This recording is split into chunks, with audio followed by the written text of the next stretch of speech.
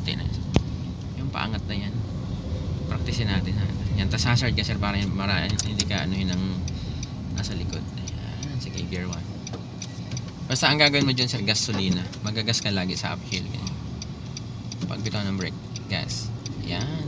Maganda yung ano mo sa clutch eh, control. Kaya ang iba sir, lalo na yung mga truck, binubumba-bumba nila yung gasolina nila eh. Yung parang pinaganagano nila para malakas yung akyat.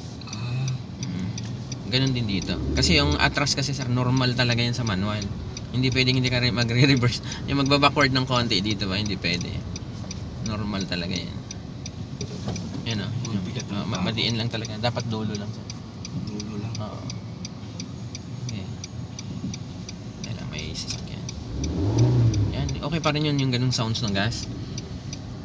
Okay lang magalit yung makina mo, huwag magalit yung nasa likod. Ang gandang ano yun ha, kasabihan.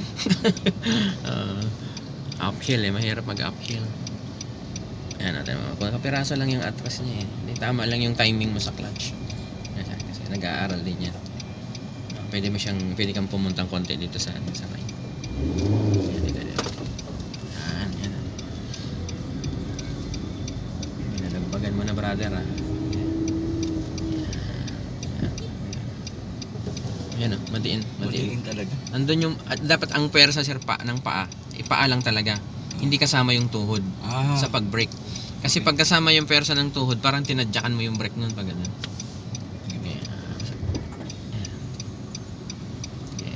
Okay, try mo pa ulit. Yan, clutch lang pa. Yan, okay na yun sa brake na yan. Yan mo, smooth lang siya. Ang brake kasi sir, hindi kailangan i-full brake eh. Yung isagad talaga, hindi kailangan eh. Sa traffic, kailangan itong skill na ito eh. Oo, yun, footwork. Lalo na pag na-traffic ka sa mga flyover na ganito. Mga pataas. Makakahiya. Hindi naman. Pag nag-alangan ka, pindutin mo yung hazard para lumayo yun sa likod. Okay na yan, pwede na yan. Nakakuha naman na eh. Basta yung timing lang mahalaga.